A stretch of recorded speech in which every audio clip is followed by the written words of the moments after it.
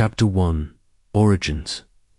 Some people survive disasters that should kill them, but sometimes survival is worse than death. This is the story of a man who lost everything: his past, his name, his purpose, and became something that should never have existed. A creature so endlessly hungry for life that entire worlds would die just to feed him for a moment. His name was Darth Nihilus, the Lord of Hunger, and his appetite nearly destroyed the galaxy. But before he became a monster, he was just another soldier.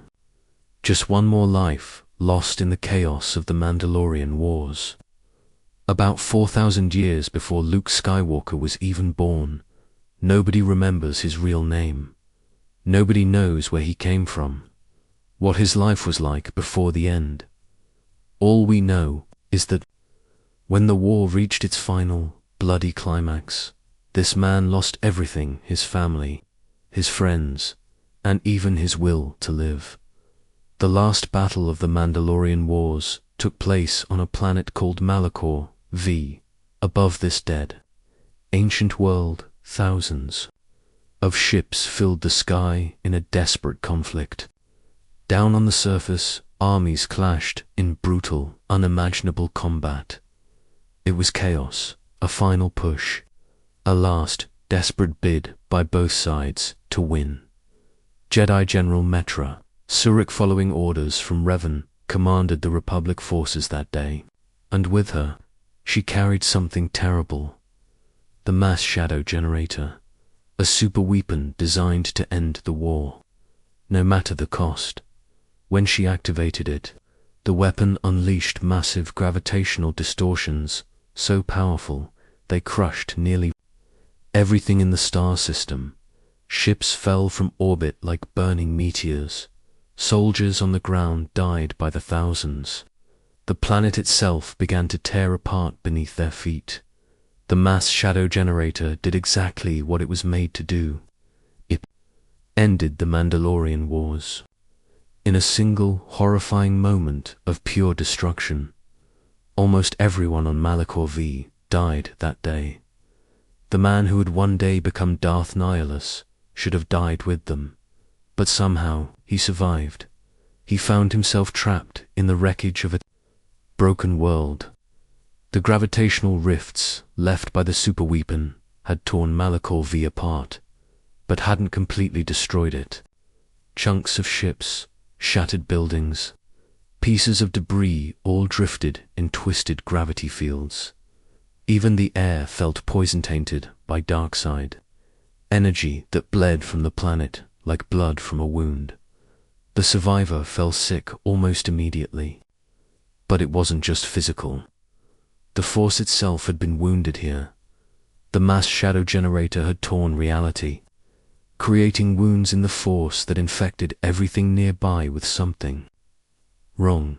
He was sick, yes, but that wasn't the worst of it. The real pain came from loss. Everyone he had ever cared about had been taken from Jim in an instant. His friends, his family, his reason to live. Gone. The agony that followed was more than just grief. It became hunger. Without understanding what he was doing, the man reached out to another survivor nearby. Driven by instinct and desperation, he latched onto that person's life energy, their Force presence, and began to feed. Like a starving animal, that other survivor collapsed, dead.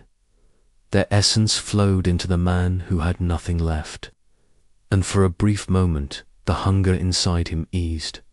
The agony faded. He could think, he could move, he could breathe again. It felt like salvation, but it didn't last. The hunger came back worse than before, and each time he fed, it grew larger. Every life he drained only made him crave more. The energy he consumed vanished into the bottomless pit where his soul used to be. It gave him relief, but never satisfaction. He had become something that could never be filled, no matter how much he devoured. Stranded on a ruined world, with nowhere else to go, he began to hunt. He tracked down every other person who had somehow survived the catastrophe, and one by one he fed on them, not out of malice, out of need. Each time he absorbed someone's force energy, he grew more powerful. But the hunger only got worse. Bit by bit, the man who had entered the battle as a living, breathing person began to disappear. He was transforming into something else. A wound in the force, a living gap in reality where life energy simply vanished into nothing. His very existence was a violation of nature. Malachor V had become his prison and his hunting ground. The planet's surface was strewn with the dead, but a few had survived the blast. Not for long, one by one, they fell to his uncontrollable hunger, until he was the only thing left alive on the entire world. But even that wasn't true. He wasn't really living anymore. The force didn't flow through him like it did with other beings. Instead, it flowed into him, like water disappearing down a drain. He had become a nexus of emptiness, a place where life energy simply ceased to exist. The transformation was complete, but his suffering was just beginning.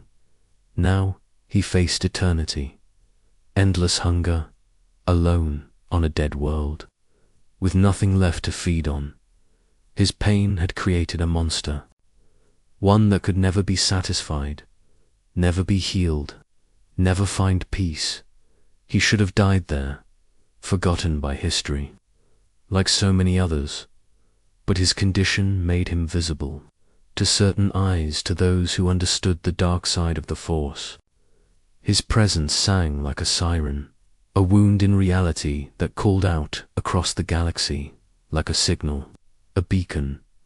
Someone heard it. Someone was coming. A former Jedi who had turned away from the light and taken a new name. Darth Nihilus. She was looking for apprentices, and she had just found the perfect one. Chapter 2. Apprentice. Sometimes, the person who finds you in your darkest moment is the last person who should, because sometimes rescue is just another kind of trap. The broken survivor on Malachor V thought he was alone. Forever he was wrong. A former Jedi named Kriya had been watching, searching the galaxy's wounds for hidden power, power that others feared to even approach. She had already fallen to the dark side, and had taken a new name, Darth Nihilus, where others sensed only death and emptiness from Malachor V. Nihilus felt opportunity. This wasn't ordinary destruction. Something here had torn a hole, in reality a wound in the Force that defied everything the Jedi taught about life, death, and balance. She knew she had to go see it for herself. When she found the survivor, he was barely even human anymore. His body was wasting away. His eyes burned with hunger. He had been feeding on the last scraps of life that remained, a walking contradiction. Kept alive by feeding on others, yet slowly dying from the very hunger that sustained him. But Traya didn't flinch. She smiled. She told the broken man that his condition wasn't just meaningless suffering. The Force itself had created this hunger. The mass shadow generator hadn't just destroyed his body. It had turned him into something new, a being that could drain the Force from others to survive. Most people would call it a curse. Traya saw a weapon. Her offer was terrifying, but simple. She would teach him how to control his hunger, to feed at will, and maybe, just maybe, drain entire worlds if he grew strong enough. The survivor had nothing left. His old life was gone. His humanity was slipping away, and the hunger never stopped. Traya's promise was the only thing resembling hope, so he accepted. He followed her deeper into the ruins of Malachor V. There, Hidden beneath the shattered surface was the Trajas Academia Sith Temple built long ago. Now claimed by Traia, it was her stronghold, her school where she would shape new Sith Lords. Out of broken people, the survivor wasn't her only student. Another apprentice was already there, a man named Sion. He had his own path to darkness, where the hungry survivor had been broken by loss. Sion had been broken by pain, his body held together by pure hatred, refusing to die no matter how much damage it took. Two students, two extremes. Sion channeled suffering into power. The other studied hunger and life drain. Under Traja's guidance, the nameless survivor learned to embrace what he had become. The hunger wasn't a flaw, it was a gift. He learned how to pull life energy from others using the Force. Plants withered at his touch. Animals ran from him. Even other Force users felt weak around him. The training was brutal, and it changed him each day. More of his original identity faded until there was nothing left of who he used to be. When the transformation was complete, Traja gave him a name, Darth Nihilus, the Lord of Nothing. Now, her vision was complete. She had two powerful Sith Lords, Nihilus, the Lord of Hunger, Sion, the Lord of Pain, and herself, the mind behind it all. They became the Sith Triumvirate. Their goal was terrifyingly clear: finish what the Jedi Civil War had started. Eradicate the Jedi Order once and for all. Each had unique strengths. Was the manipulator, the mind. Sion was indestructible, the fist. Nihilus was the predator, the weapon. They would hunt Jedi not just with lightsabers, but with Force-draining death. And they wouldn't stop until none were left. But like all dark alliances, this one wouldn't last. Each had their own dream of what the galaxy should become. Wanted to end the Force itself. Sion craved endless conflict. Nihilus just wanted to feed. For now, though, they were united. And the Jedi had no idea what was coming. In forgotten temples and lonely hideaways, the survivors of the Jedi Civil War tried to rebuild. They thought the nightmare was over. They thought peace was finally returning. They were wrong. The real war was just beginning. And this time, the Sith weren't interested in victory. They wanted total extinction. Chapter 3: Ascent Extinction. Power attracts more power, but it also destroys the people who seek it. The Sith Triumvirate was about to learn that lesson the hard way when Darth Malak was killed during the Jedi Civil War. His death created a massive power vacuum within the Sith ranks and among the remaining fragments of the Sith Empire. The empire that he and Darth Revan had built together was suddenly without a leader. No central authority to hold it together. And what followed was exactly what always happens when predators sense weakness. The remaining Sith splintered into dozens of warring factions. Former admirals battled former generals over control of star systems. Dark Jedi, who had once served under Malak, claimed territory for themselves and crowned themselves as the new Dark Lords. Everyone wanted to be the next emperor, but not one of them was strong enough to take the throne, and most of them made the same fatal mistake. They fought in the open. They spent their time burning through resources and manpower in endless, pointless conflicts, of which weakened them further. Meanwhile, on the forgotten and shattered world of Malachor V, Darth Traja watched the chaos from the shadows and smiled. Her faction remained hidden while the others destroyed each other. She didn't need to fight over territory. Her enemies were doing the job for her. Deep beneath Malachor, the Trajas Academy continued its quiet work, producing new Sith warriors while the galaxy above tore itself apart. As the fighting raged, Nihilus and Sion proved themselves as far more than just students. They rose in power, earning the rank of full Sith Lords titles that reflected the terrifying uniqueness of their abilities under their leadership. Many surviving Sith began gravitating toward the Triumvirate's banner, but Traya was beginning to realize something troubling. Her greatest weapon might also be her greatest problem. Nihilus's hunger had grown beyond anything she had anticipated.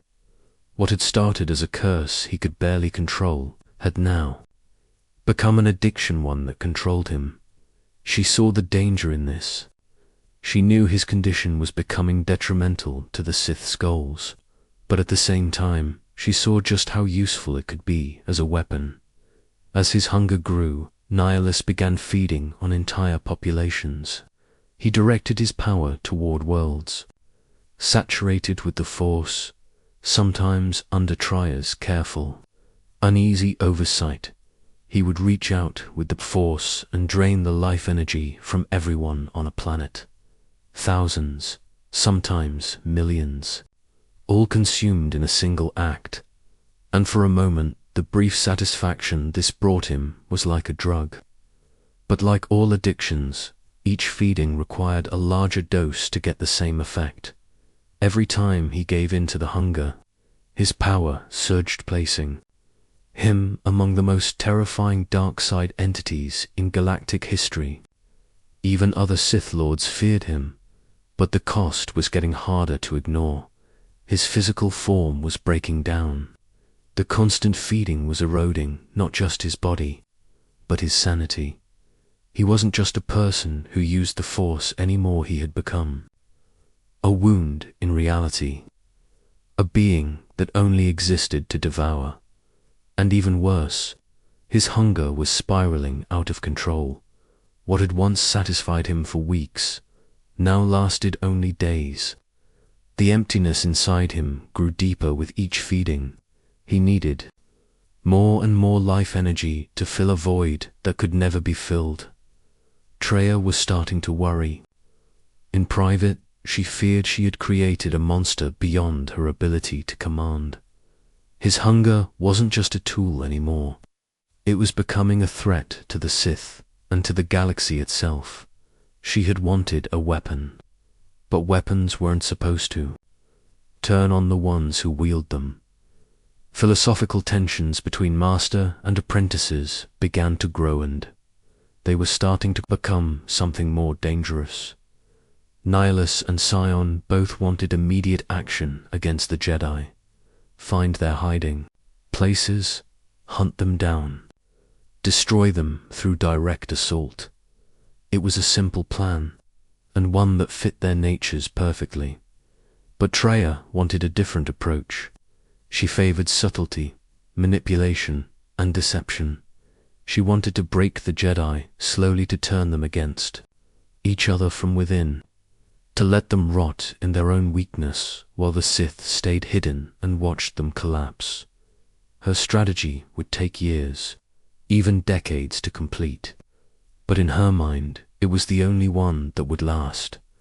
The disagreement might have stayed philosophical if Nihilus hadn't been growing stronger by the day. His power in the Force was beginning to exceed even Traya's, and combined with his ever-growing hunger, he was becoming dangerously difficult to control. Sion sided with Nihilus, creating a 2-against-1 divide in the Triumvirate. The Lord of Pain and the Lord of Hunger both believed that their master was holding them back. They didn't want patience, they wanted action. Nearly 5 years after the Jedi Civil War ended, the tension within the Sith Triumvirate had become unbearable. Nihilus and Sion no longer saw Traya as a guide. They saw her as an obstacle. The bond between student and teacher had broken. Nihilus had outgrown Traya's teachings. He was now more consumed by hunger than directed by her wisdom. Sion had become a master of turning pain into power. Both believed they were ready to pursue their own vision of the Sith. Traya saw it coming. but she was trapped. She had made Nihilus too powerful to rein in. His hunger had evolved beyond her ability to direct it. The weapon she had forged was about to turn on her. The galaxy had no idea any of this was happening. Most people didn't even know that Sith Triumvirate existed. They were still recovering from the war, still trying to rebuild their homes and their lives. The Jedi were scattered, weak, focused on healing, not hunting. But deep beneath, Malachor v. 3 of the most dangerous beings in galactic history were moving toward a collision. The Triumvirate, once so strong, was about to be torn apart from within. Hunger was no longer just a personal curse. It had become a force of nature, threatening to consume everything. The man who had once been broken by loss was now about to break everything else. The age of the Triumvirate was ending, and the age of Darth Nihilus was just beginning. The only question left was who would strike first. Chapter 4. Betrayal. When a student surpasses their teacher, they're faced with a choice. Show gratitude, show their true nature. Darth Nihilus and Darth Sion chose violence. Around this time, the tension within the Sith Triumvirate finally exploded into open conflict. Nihilus and Sion had grown tired of following Tria's cautious strategies. They wanted to strike at the Jedi now, and Traya was the one standing in their way. The confrontation happened in the worst possible place for Traya, the Trayus core, deep in the heart of her academy. It should have been her stronghold, her source of absolute power. Instead, it became the scene of her downfall. Nihilus and Sion caught their master completely off guard. She had sensed their growing resentment, but she underestimated how far they were willing to go. The woman who had taught them everything about betrayal had forgotten the most important rule: never trust anyone who has nothing left to lose. The attack was swift, brutal. Nihilus struck, first blasting Traya with raw force energy that slammed her into the stone walls. The impact should have killed anyone else. But Traya was not like anyone else. She had survived this long by being stronger and smarter than her enemies. But these weren't enemies. They were the monsters she had created. As she struggled to recover from Nihilus's assault, Sion moved in. The Lord of Pain brought his full fury to bear. His fists, his feet, his hatred. He had long ago stopped feeling physical pain. He used it to fuel his strength. Traya fought back with everything she had, but they knew her too well. They had trained under her, studied her every technique, learned all her secrets. Now they were using that knowledge against her. The beating continued until she could no longer stand. Her robes were torn, her body bleeding, her breath coming in ragged gasps. But the physical pain was nothing compared to what came next. Because they didn't kill her, they had something worse in mind. They wanted to destroy her completely too. Take away the very thing that made her dangerous. So instead of ending her life, they severed her connection to the Force. It was a technique beyond anything most Sith could even imagine. A ritual that required perfect coordination between two powerful dark side users. Nihilus used his hunger to drain her Force energy. Sion channeled his pain into pure destruction. Together, they cut her off.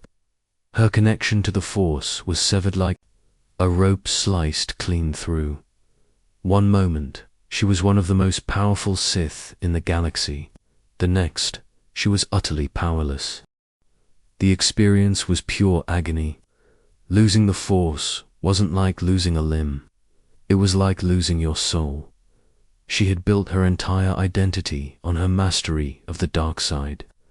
Now that foundation was gone, but they weren't finished. Having stripped away her power, they cast her out of the very academy she had built, exiled her, banished her from her own stronghold. She reverted to her old name, Kriya, and disappeared into the shadows.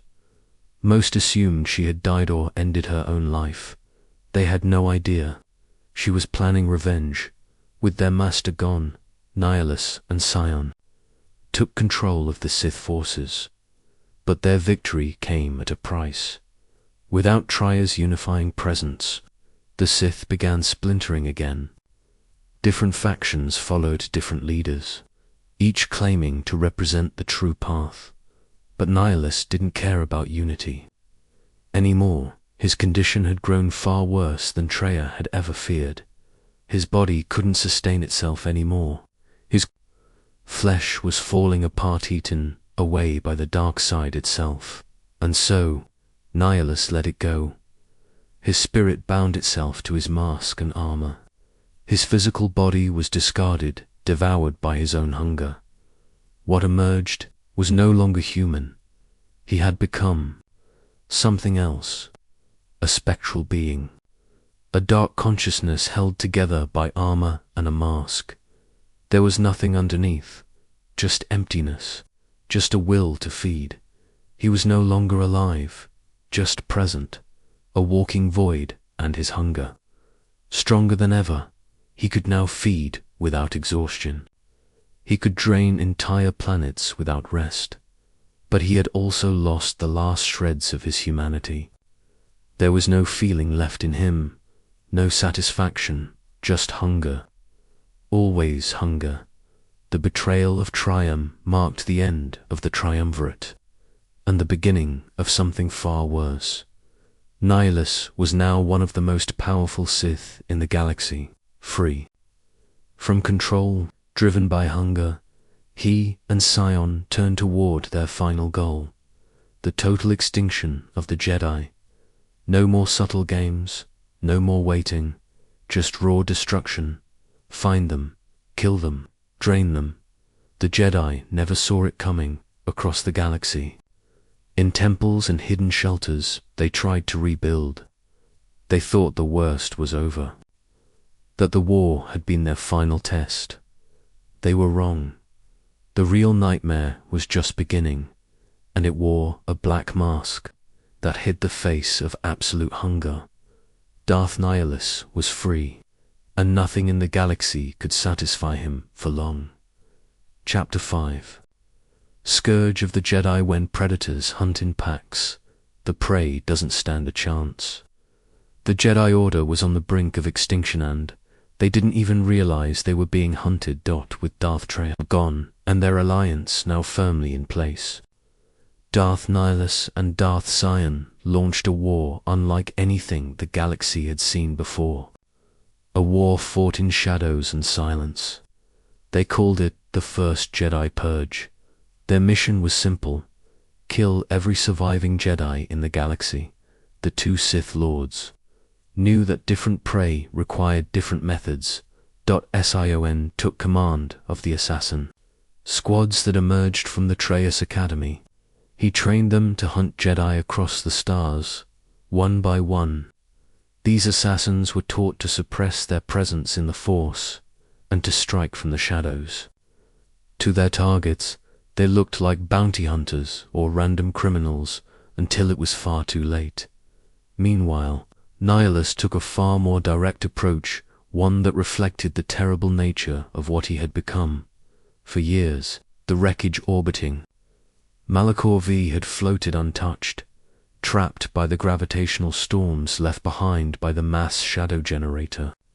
Most saw it as a dead zone, a graveyard of shattered ships and forgotten memories.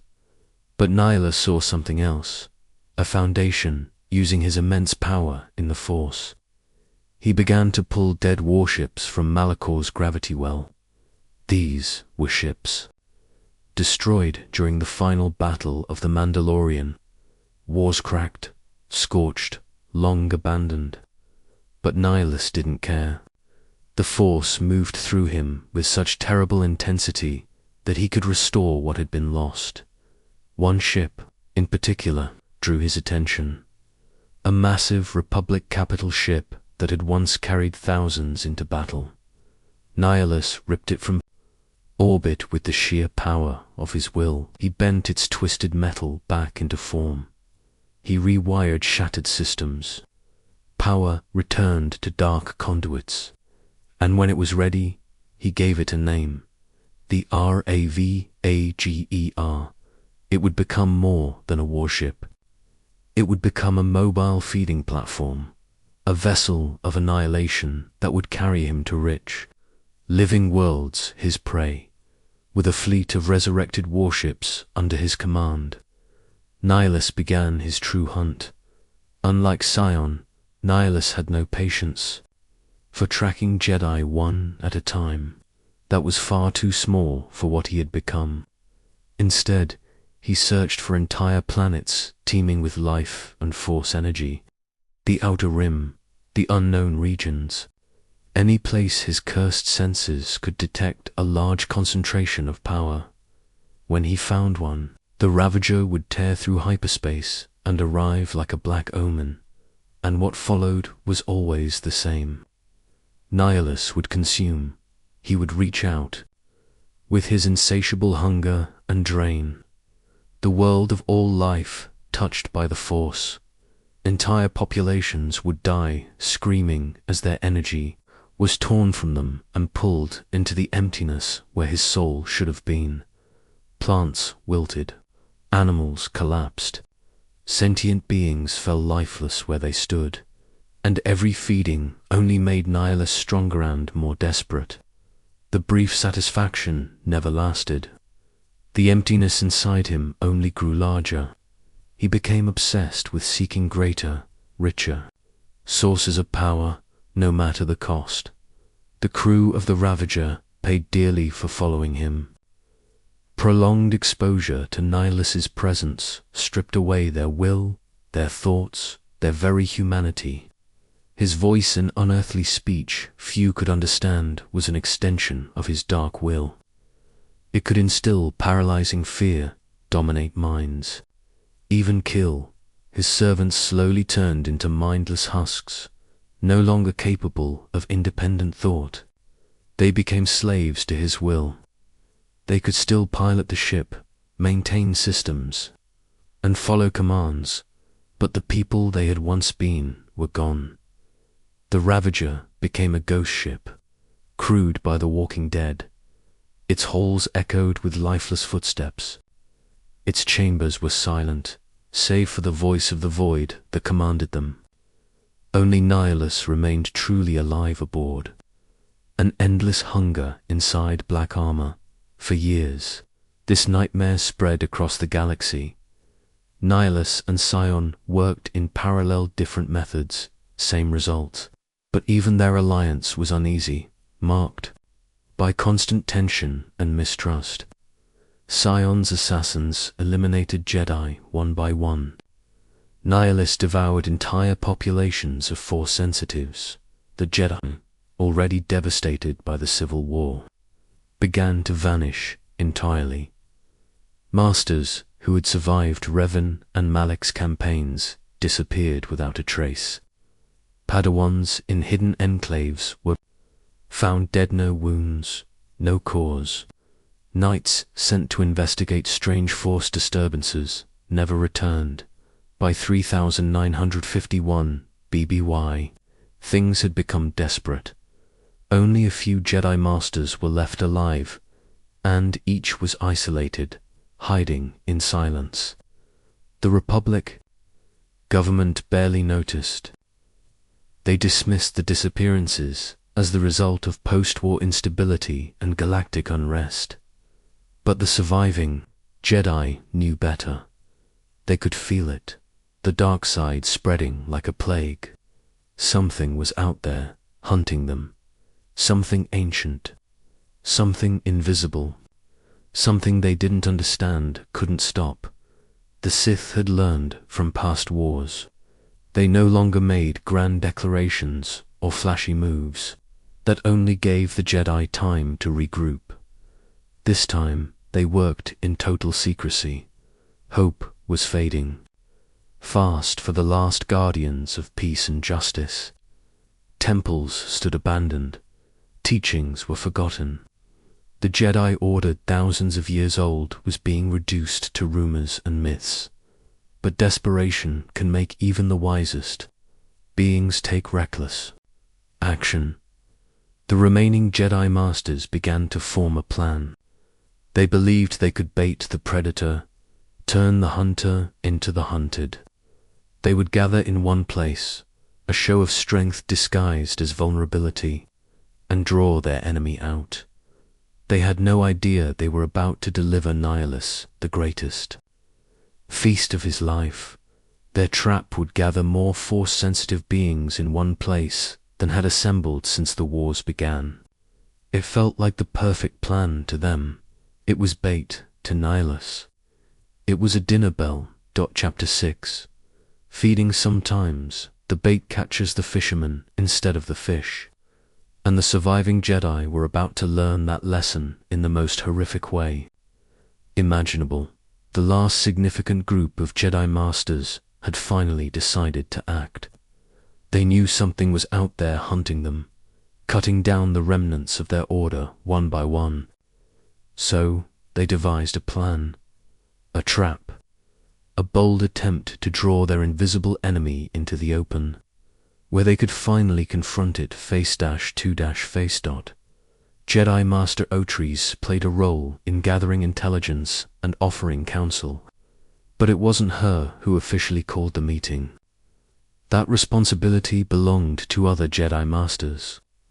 The chosen location, Katara, remote colony world, home to the Miraluka species. It seemed perfect, far away from the core systems, and populated by beings who saw the galaxy through the Force, rather than through physical sight. Kata offered the kind of secrecy and spiritual resonance they needed. Masters Kavar, Darak, and Vander Tokari agreed to attend. They were veterans of the Civil War, survivors of everything the galaxy had thrown at them. This would become the largest Jedi gathering since before the Purge began. But Atreides had a secret, one she kept to herself. She deliberately leaked the location of the meeting, hoping that the Sith predator she had sensed would take the bait. To her, it was the perfect trap. The enemy would be lured into a gathering of the most powerful Jedi left in the galaxy and then destroyed. What she didn't realize was that she had no idea what kind of monster she was inviting. The plan worked, but far beyond her worst nightmares. When so many Force-sensitive beings gathered in one place, their presence created a beacon, one that pulsed across the galaxy. To most Force users, the concentration of light-side energy felt comforting, like a flame in the dark. To Darth Nihilus, it was the most beautiful sound he had ever felt. The hunger inside him surged. This was more Force energy in one place than he had encountered since his transformation, and the promise of such a feast drove him into a frenzy. He immediately set course for Qatar, bringing his entire fleet with him, the Ravager and its escort. Ships dropped out of hyperspace at the edge of the system, their jagged black holes blotting out the stars as they approached the world. Then, something extraordinary happened. Nihilus spoke from orbit. His presence and will pressed down on the planet like a suffocating storm, overwhelming every Force-sensitive being below with the weight of his hunger. His voice wasn't heard in any normal wet, resonated psychically through the Force, a wave of power and intent that could be felt more than heard. The Miraluka, beings who perceived reality through the Force rather than through eyes, were the first to feel it. What they experienced was a great hunger, washing over them like a tidal wave. The sensation was terrifying. They had spent their lives sensing the emotions and intentions of others, tuned deeply into the Force, but nothing had prepared them for this. This wasn't just hunger. It was absolute, a bottomless void that sought to devour everything that lived, everything that felt, everything that existed. And then Nihilus unleashed his full power, In a single moment, he obliterated all life on Qatar. What he did went far beyond any super weapon or orbital bombardment. This wasn't technology. It was the Force itself, twisted into an instrument of total destruction. The entire surface of the planet was drained of life energy.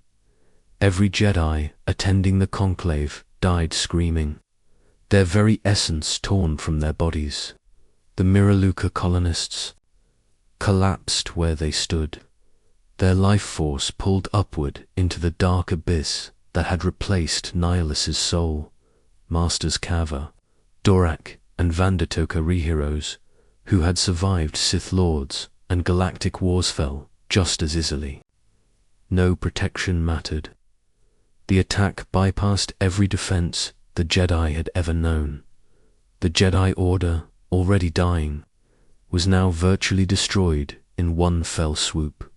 Years of patient assassinations and calculated strikes had been completed in a few minutes by one act of cosmic horror. What was supposed to be a trap had delivered the Jedi straight into the mouth of their worst nightmare.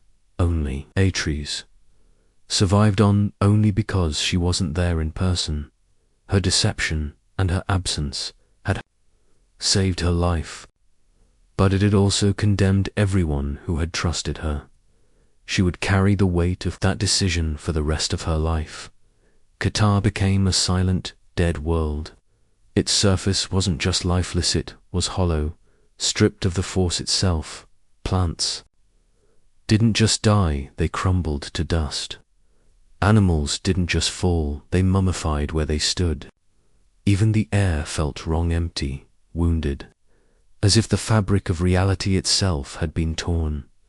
The atrocity cemented Nihilus's reputation as something far beyond a Sith Lord. He was now known as a being who could consume planets, draining worlds of life to feed his unending appetite. Stories of Qatar's destruction would spread like wildfire, and each retelling would make Nihilus seem even more terrifying than the last. After the devastation was complete, Nihilus descended to the surface of the planet. He walked through the cities of the dead, past the mummified remains of beings who had lived only minutes earlier. The silence was absolute, broken only by the echo of his footsteps. And then he found something he didn't expect. A young Miraluka woman named Visas Ma lay among the ruins, gravely injured, but somehow still alive. She was the only survivor on an entire planet of corpses. For reasons only Nihilus understood, he chose not to kill her. Instead, he brought her aboard the Ravager, sustaining her with the dark side of the Force until she recovered.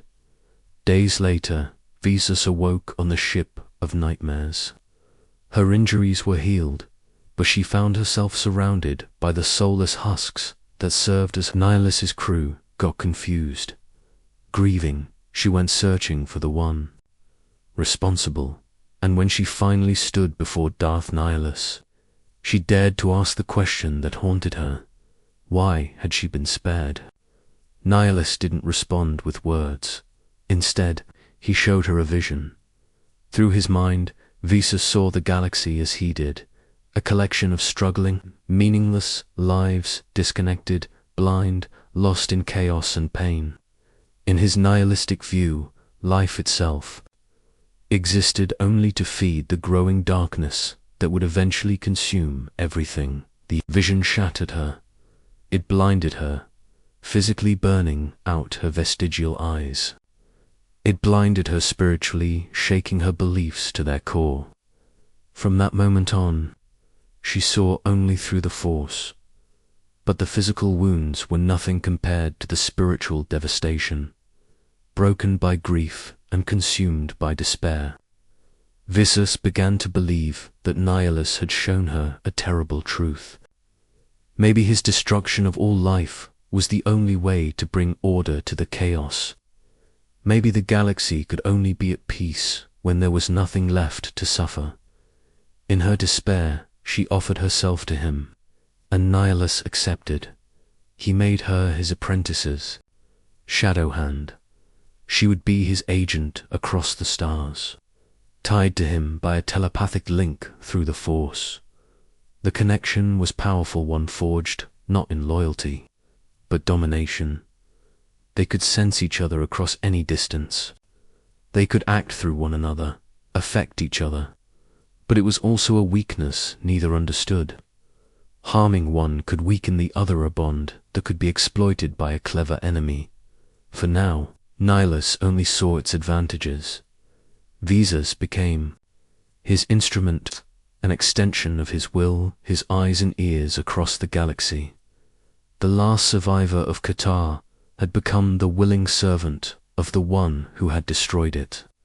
A dark corruption born from the death of an entire world, the Lord of Hunger, had claimed his greatest victory.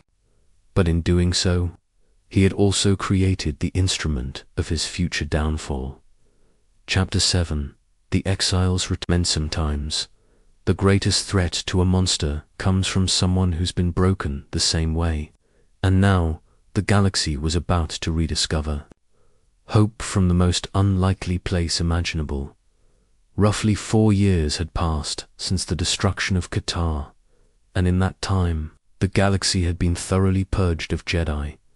Darth Nihilus had fed on entire worlds. Darth Sion's assassins had hunted down individual Jedi, one by one.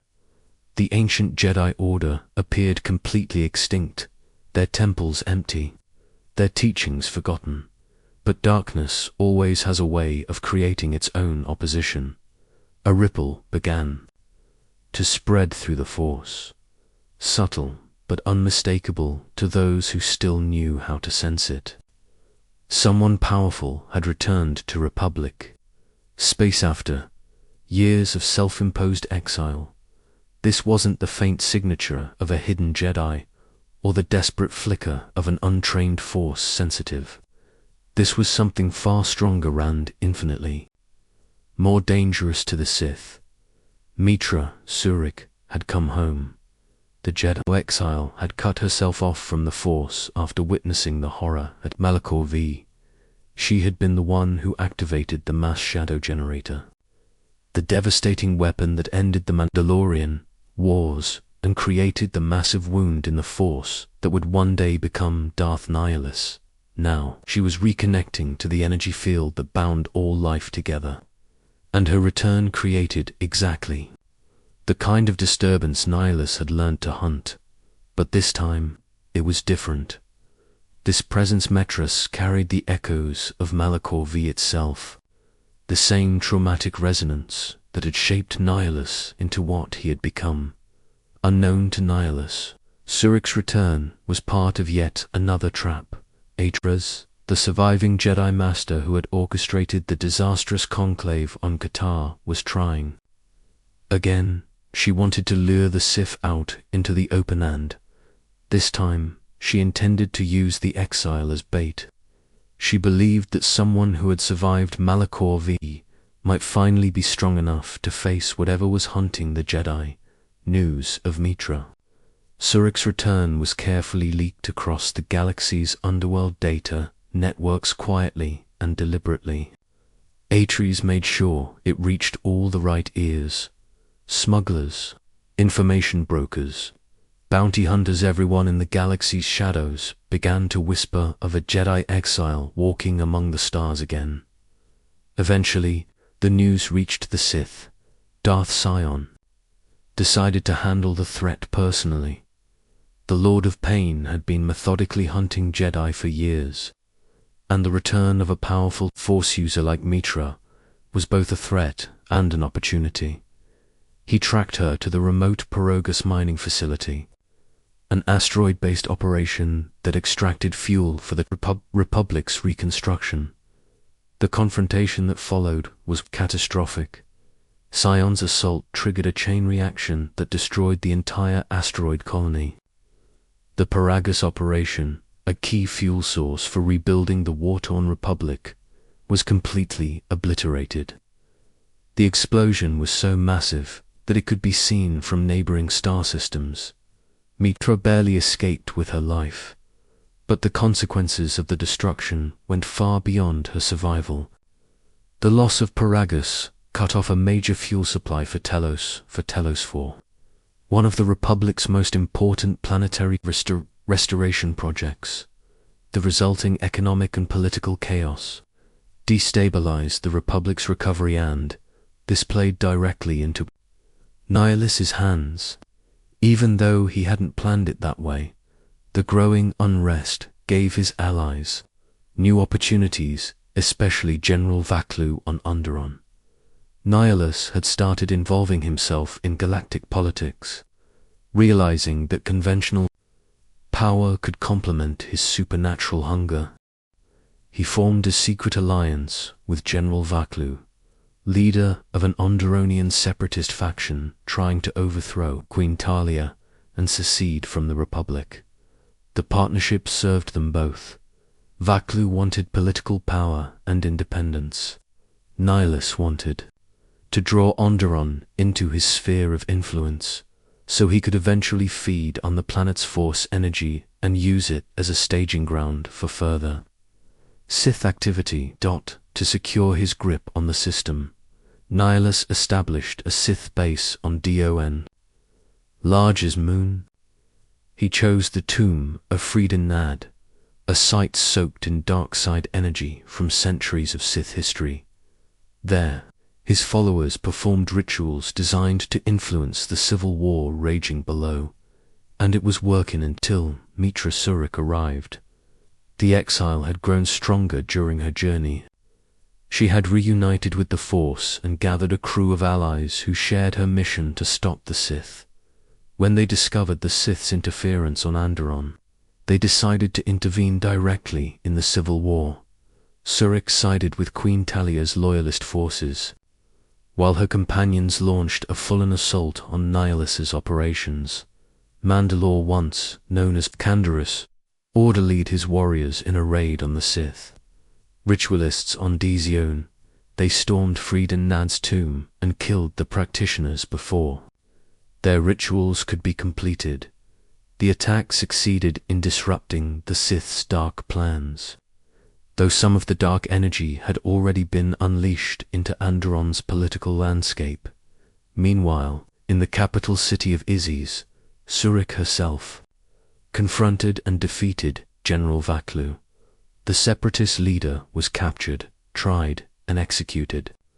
Crushing his uprising once and for all, Nihilus's influence on Onderon was destroyed. The loss denied him a feeding ground and cut off a potential power base for his future plans. For the first time since his transformation, one of his dark schemes had completely failed. But the real importance of these events wasn't political. As the exile grew stronger, Nihilus began sensing something that stirred his hunger in a way he hadn't felt since Katar. This presence in the Force wasn't like the others. It wasn't a faint echo of a hiding Jedi. It wasn't the flicker of an untrained Force-sensitive. It was powerful, and it carried the same resonance as someone who had survived Malachor Vegas, like he had, Visasmar, attuned to her master through their Force bond, identified the source of the disturbance.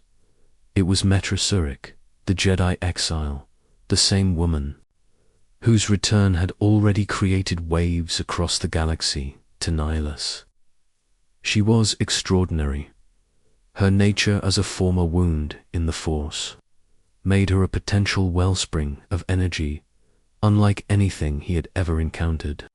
She could be the feast that would finally satisfy his endless hunger, the meal that would end his pain. Hungry for this prize, Nihilus ordered Visas to find the exile and capture her. His shadow hand had been loyal and effective ever since the tragedy of Katar. Her talents made her the perfect agent to track down another survivor of Malachor. Visas obeyed without question. Using her connection to the Force and her understanding of her master's hunger, she began hunting Mitra across the galaxy Eventually, she caught up to the exile and her allies. The confrontation Nihilus had long anticipated finally arrived, but the outcome was not what he expected. Visas was defeated in battle by Metra Surik. Overwhelmed by the exile's growing, strengthened the unity of her companions. But instead of killing her fallen enemy, Surik did something unexpected. She showed mercy. She offered compassion and forgiveness, and that shook Vizsla to her core for the first time since Qatar. Vizsla met someone who didn't treat her as a tool or a victim, but as a person, one capable of being redeemed through the exile's influence. She began to question everything Nihilus had ever taught her. The change was slow but inevitable. Vizsla eventually renounced her loyalty to Nihilus and chose to join Metra Surik's quest against the Sith.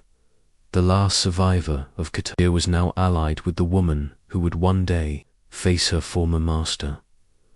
Nihilus remained unaware of his apprentice's defection. He continued his grim march through the galaxy's outer systems, feeding on whatever worlds he could reach. But he was moving blindly toward confrontation he didn't see coming, because in the shadows, his former master Kriya was watching. The woman he and Sion had betrayed years ago was orchestrating a plan of revenge, and she was using Metra Surik to do it. The Lord of Hunger was about to face the only person in the galaxy who truly understood what he had become. Chapter 8, Lurid 2. Tell us the deadliest traps are the ones that offer exactly what you want most. And Darth Nihilus was about to walk straight into his own destruction, while Nihilus continued his rampage across the galaxy. A far more patient enemy was quietly preparing his downfall. Kriya, the former Darth Trier, who had been cast out by her own apprentices, had spent years orchestrating a complex revenge. She'd been subtly guiding Metra Surik as a mentor, but that was only part of the plan. Now, she was ready to eliminate both Nihilus and Sion as part of her ultimate endgame. Understood her former apprentice better than anyone alive. She knew that Nihilus was utterly enslaved to his hunger, unable to resist the promise of a massive feeding. That very weakness would become the foundation of her trap. But she needed someone to deliver the bait. She found the perfect, unwitting pawn in Colonel Tobin of Onderon. Tobin had served under General Vaclu during the failed separatist uprising that had crumbled after Metra's intervention. Now, Tobin was bitter, angry, and desperate for revenge against both Telos and the Republic. Kriya manipulated him into believing he still had a chance to strike back. She convinced him that a hidden Jedi Academy on Telos 4 wasn't just active, but teeming with Jedi and Force adepts. According to her lie, this secret facility was training new Jedi to replace those lost in the purges. But in truth, there was no army of Jedi there. The Academy on Telos was run by Atreides, and it held no true Jedi except herself. It was mostly a repository of artifacts and Jedi knowledge, not a training ground for new warriors. But Tobin believed it because he wanted to, seeking revenge. He carried this false intelligence straight to Darth Nihilus himself. He brought him news of a Jedi Academy brimming with Force-rich prey, just waiting to be devoured. And the response was exactly what Kriya had anticipated. When Nihilus heard about a Jedi Academy full of potential victims, he couldn't resist. The promise of so many Force users in one place was too tempting for his insatiable hunger to ignore. This was the feast he had dreamed of since Kata, maybe even large enough to finally satisfy the void within him. He immediately set course for Telos for aboard the Ravager, gathering what was left of his fleet for the assault. Though his once mighty armada had shrunk, ships, lost to battle and decay, was still powerful enough to threaten an entire star system. As the Sith fleet approached Telos, Nihilus was both confident and ravenous. He could almost taste the Force energy waiting for him already, imagining the satisfaction of draining an entire academy of Jedi. This would be his greatest triumph.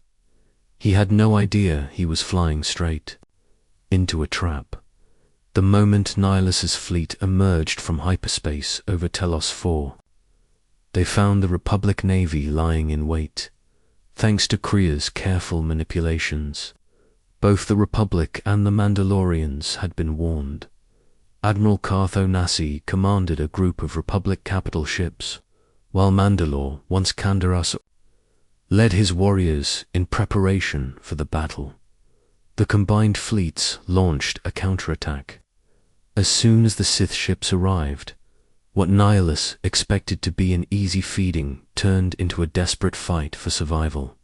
The Battle of Telos 4 exploded on multiple fronts. In space, Republic starfighters engaged Sith vessels, while Mandalorian boarding craft tried to disable ships from within. On the surface, Nihilus's forces assaulted Citadel Station, Telos's orbital platform and main hub. The fighting was fierce and chaotic, but Nihilus never lost focus.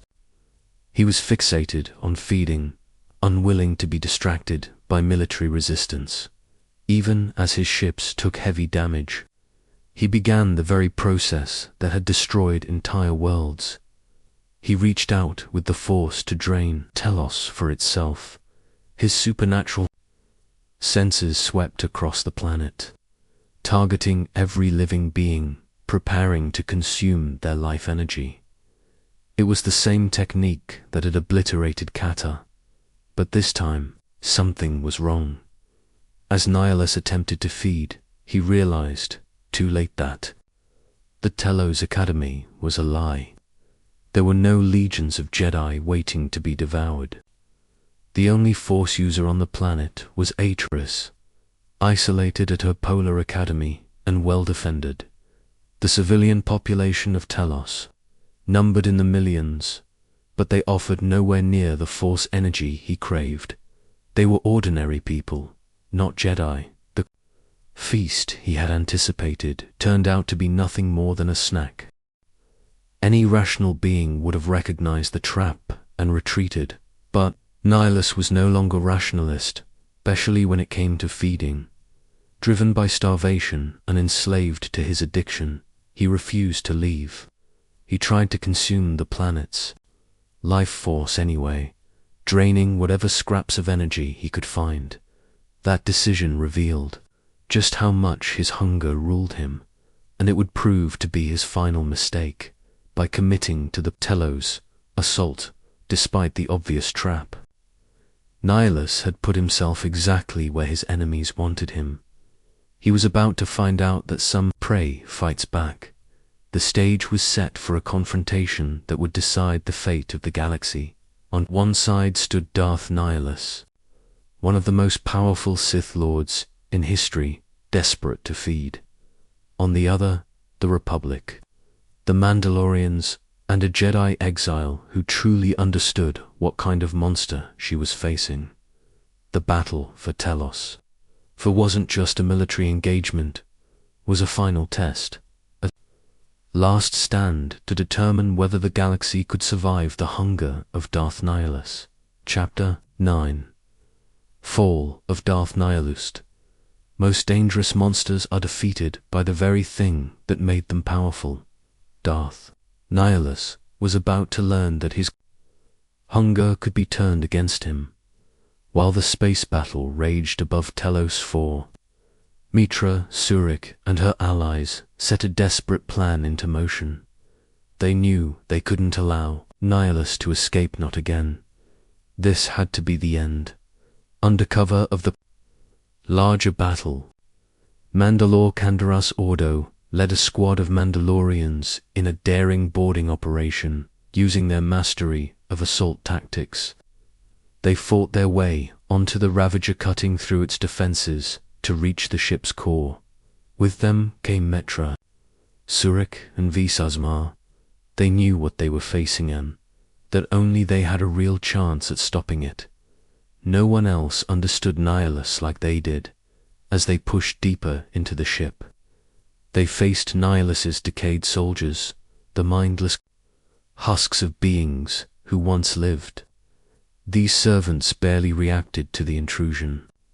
Their wills had been so stripped away that they couldn't even function without direct orders.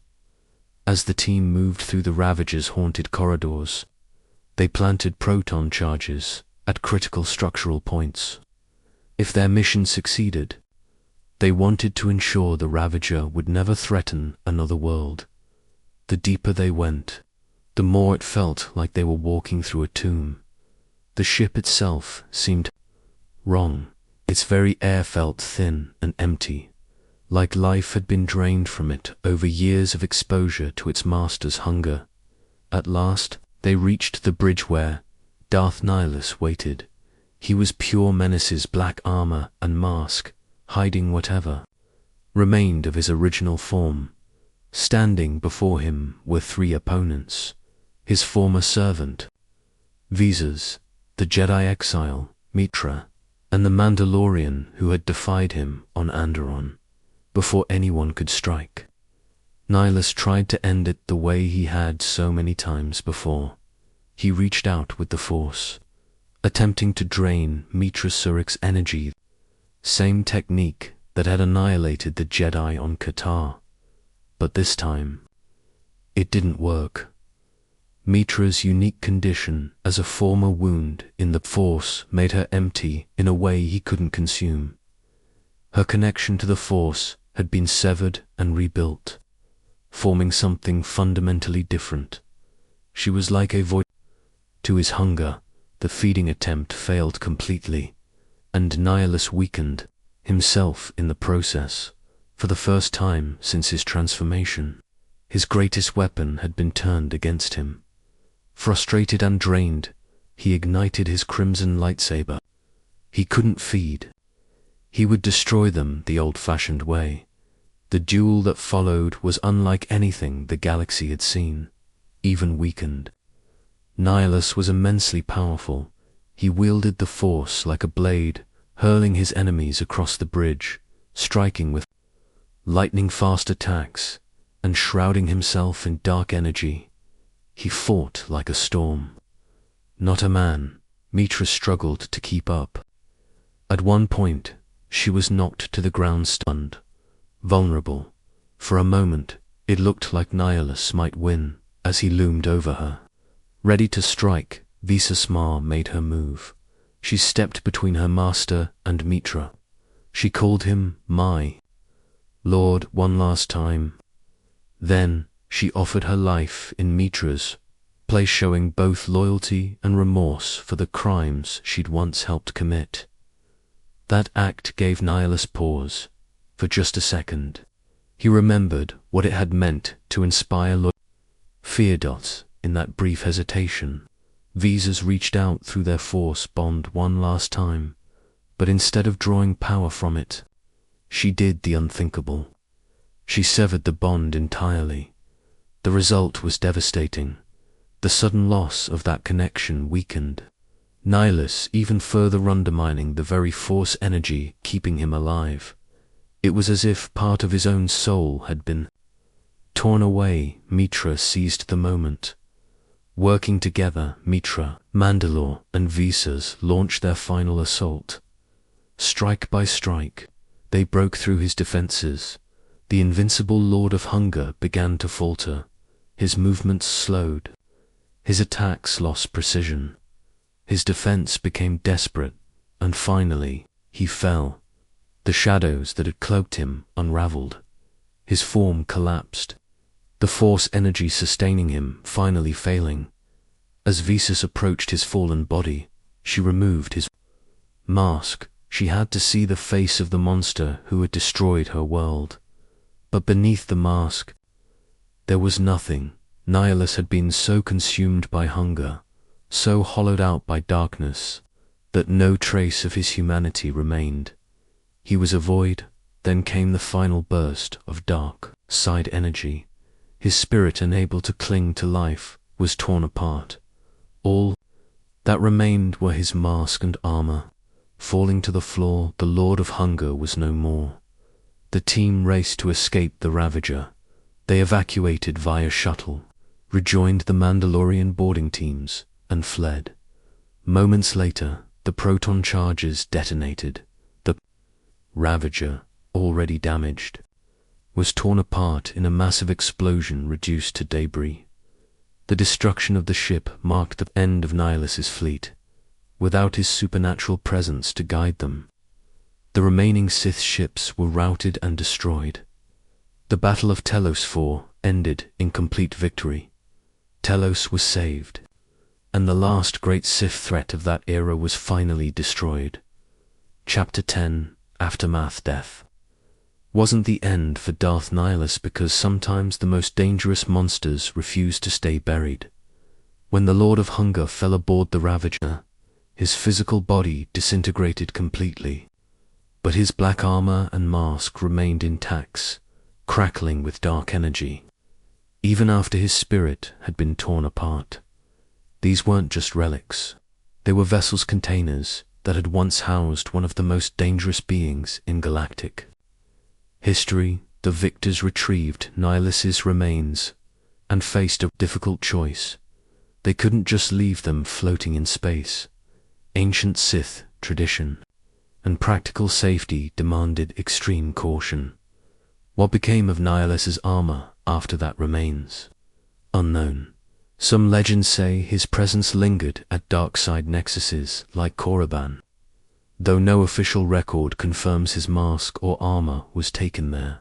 Suspended between life and death, Nihilus became a malevolent echo, a presence that could sometimes be felt by those attuned to the Force. Through Sith rituals, it was even possible to contact him, though what remained was more echo than entity. With Nihilus gone, the Sith triumvirate was finally broken. But Mitra Surik's mission wasn't over. She traveled directly from Telos to Malachor V, where it had all begun years earlier. At the Treyus Academy, she faced the remaining members of the triumvirate. Darth Sion, the Lord of Pain, had clung to life through hatred and suffering for so long that death would have been a mercy. Mitra convinced him to let go, to release his tortured existence. She gave him the freedom to finally rest.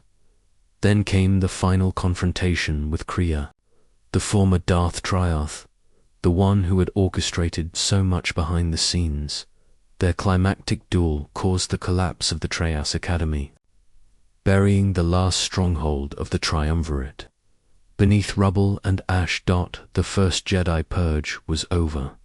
For the first time in years, the systematic extinction of the Jedi had been stopped. In the aftermath, the galaxy began to heal. The Jedi Order, though reduced to just a few survivors and the allies Metra had gathered, slowly began to rebuild. Visasma, who had rediscovered hope after losing everything, became instrumental in training a new generation of Jedi.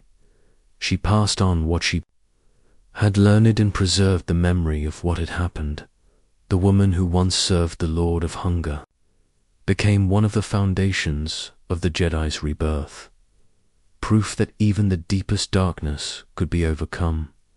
The Republic, though weakened from years of war and conflict, entered a period of recovery and fragile stability.